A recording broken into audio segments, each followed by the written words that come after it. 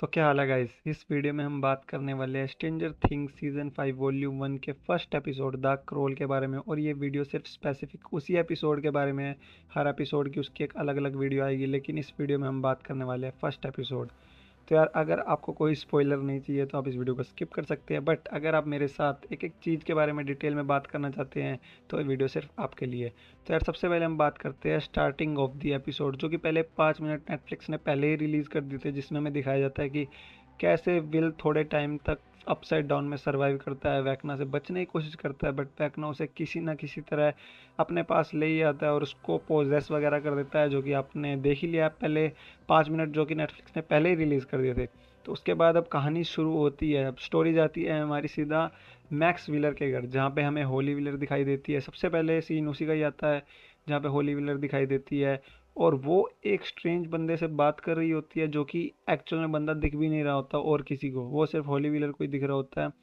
और वो बंदा और कोई नहीं, वैकना ही होता है। बस अब उसका थोड़ा सा काम करने का तरीका बदल गया है, I mean to say that poses करने का तरीका उसका बदल गया है, कि बस वो अपने शिकार को एक अलग तरीके से पोजेस करता है। उसके बाद हम देखते हैं कि स्टीव और रॉबिन WQS के हमें रेडियो स्टेशन में नज़र आते हैं, जहाँ पर वो लोगों को एक्चुअल में मन बहला रहे होते हैं, उनका एंटरटेनमेंट कर रहे होते हैं, लेकिन उसके साथ वो एक बहुत ही ज़्यादा इंपॉर्टेंट काम कर रहे होते हैं, जो कि होता है एक दूसरे से कनेक्शन बना के रखना। और उन्हीं रेडियो सिग्नल्स की मदद से वो एक दूसरे को थ्रू आउट मैसेज भी पास करते हैं, जो कि आगे जाके अगर आपने देखा होगा तो आपको पता चल रहा होगा कि वो किस वे में उनको डिलीवर कर रहे हैं मैसेज, जो कि आगे जाके होपर और काफ़ी सारे लोगों की हेल्प भी करने वाला है। और ये वही जगह है जहाँ पर नैन्सी और जोनाथन भी स्टीव और रोबिन का साथ देने वाले हैं।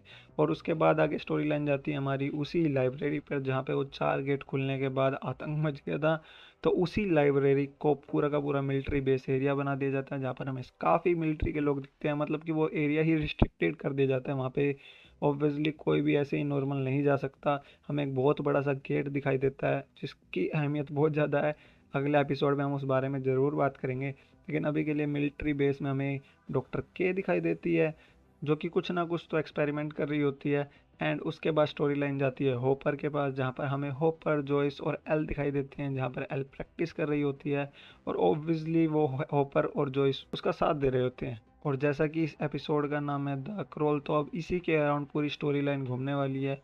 क्रोल में सारे के सारे डिसाइड करते हैं, हमारी पूरी की पूरी gang, Hopper, Steve, Nancy, Jonathan, Dustin, Mike, जो भी सारे के सारे ये सारे डिसाइड करते हैं कि हम इसी क्रोल में जाके वैकना को मार देंगे।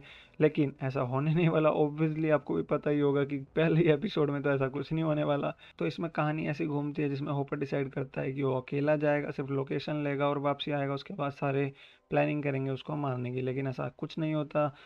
जोनाथन, स्टीव दोनों हॉपर को ट्रैक कर रहे होते हैं अपसाइड डाउन के अंदर, लेकिन ऑब्वियसली वहाँ पर भी डेमोगोर्गन अपना अटैक कर देता है। इस पूरे सीन में अब तक हमें फर्स्ट टाइम डेमोगोर्गन दिखाया है, जो कि मिलिट्री के ट्रक्स पे ही अटैक कर देता है, जिसकी वजह से वहाँ पर बहुत ज़्यादा दिक्कत हो जाती है। मतलब सारे के सारे लोग जो भी मिलिट्री वाले थे वो सारे मर जाते हैं, लेकिन हॉपर भैया अपने बच जाते हैं, किसी भी तरह वो सरवाइव कर लेते हैं, थोड़ा सा छुप के बच के। और पूरा का पूरा कनेक्शन उनका स्टीव और उन सब के साथ टूट जाता है। अब वो WQSK में उनके साथ कोई कनेक्शन नहीं रहता और वहाँ पे भी फ्यूज वगैरह उड़ जाते हैं। और इसी के साथ विल भी वही महसूस करता है, क्योंकि वो हाइव माइंड के साथ कनेक्ट होता है। लेकिन बस अब की बार उसके साथ थोड़ा सा सीन अलग होता है कि उसको डेमोगोर्गन्स के POV नज़र आते हैं। वो देख सकता था कि डेमोगोर्गन किसको मार रहा है, कहाँ पे है, वो बिल्कुल अच्छे से उनको देख पा रहा था। इसी के साथ पता चलता है कि वो डेमोगोर्गन सीधा का सीधा जा रहा है होली व्हीलर पे अटैक करने, क्योंकि हमारे अगले एपिसोड का नाम है the vanishing of Holi wheelers. तो उसका बिल्डअप करने के लिए हमारा जो डेमोगोर्गन है वो होली व्हीलर के घर जाता है, और वहाँ वो उसकी रूफ वगैरह से जैसे भी उसकी एंट्री होती है वो एंट्री कर लेता है, और ये एपिसोड यहीं पे ख़त्म हो जाता है। ओके। तो अभी तो हमने एपिसोड की बात कर ली, लेकिन इसके साथ साथ मेरे को कुछ और भी बातें करनी है, क्योंकि इसके कुछ तो ऐसे पॉइंट भी हैं जो शायद मुझे थोड़े और देखने थे, लेकिन मैं फिर भी सेटिस्फाइड हूँ। आई एम नॉट सेइंग कि मैं सेटिस्फाइड नहीं हूँ, लेकिन इसमें मेरे को थोड़ी और बातें करनी है। 4 मेन पॉइंट के बारे में मैं बात करना चाहूँगा। एक डस्टिन, मैक्स, एल और वैगना के बारे में। सबसे पहले तो हम डस्टिन की बात कर लेते हैं, क्योंकि हमने पूरे एपिसोड में देखा कि डस्टिन का बिहेव एडी मनसन की वजह से थोड़ा सा चेंज है। वो थोड़ा स्ट्रेंज बिहेव कर रहा है, थोड़ा सा रूड बिहेव कर रहा है, वो स्टीव के साथ भी थोड़ा रूड था। और दूसरी बात हम करते हैं मैक्स की, क्योंकि इस पूरे एपिसोड में मैक्स का कुछ रोल नहीं नज़र आया, वो अभी भी स्टिल कोमा में है। और अभी भी उसका कुछ ऐसा साइन हमें नहीं दिखा कि हमें वो अगले एपिसोड में दिखेगी या नहीं दिखेगी। हालांकि मुझे पता है कि दिखेगी या नहीं दिखेगी, क्या पता आपको ही पता हो अगर आपने देख लिया हो, लेकिन हम उसकी बात अगले एपिसोड में ही करेंगे। और उसके बाद हम बात कर लेते हैं एल की। एक्चुअली में एल की पावर जो है वो इंक्रीज़ हो चुकी है। हमने देखा कि वो जब ट्रेनिंग कर रही थी तो वो उड़ पा रही थी थोड़ा थोड़ा, और भी काफ़ी सारी चीज़ें, वो एक टाइम ब्रेक करने की कोशिश कर रही थी अपने ही रिकॉर्ड को। लेकिन उसकी पावर थोड़ी सी कैसे इंक्रीज़ हुई, अगर थोड़ा सा ये और देखने को मिल जाता तो मज़ा आ जाता। लेकिन इट्स फाइन, चलता है। क्या पता हमें आगे जाके वो सब कुछ पता चल सके, नहीं भी चलेगा तो भी कोई दुख नहीं है उस चीज़ का। और चौथा, वैकना। तो भाई जब सीज़न 4 ख़त्म हुआ, नैन्सी ने उसको शॉटगन से जब मार के ऊपर से नीचे गिरा था वो घर से, तो उसके बाद उसने कैसे सरवाइव किया। और जब हमने ट्रेलर में जो देखा, जो उसका वो रूप था, वो वहाँ तक कैसे पहुँचा, मतलब काफ़ी सारी चीज़ें हैं जो मतलब और भी है, अभी डिस्क्लोज़ नहीं करी गई हैं। फर्स्ट एपिसोड में इतना सब कुछ डिस्क्लोज़ नहीं होगा ऑब्वियसली, लेकिन फिर भी जिस हिसाब से स्टोरी लाइन चल रही थी, आई थिंक इनका भी थोड़ा थोड़ा हो सकता था। लेकिन मे बी अगले एपिसोड या फिर उससे अगले एपिसोड या फिर उससे अगले एपिसोड में हमें देखने को मिल सकता है। तो यार यही था फर्स्ट एपिसोड के बारे में।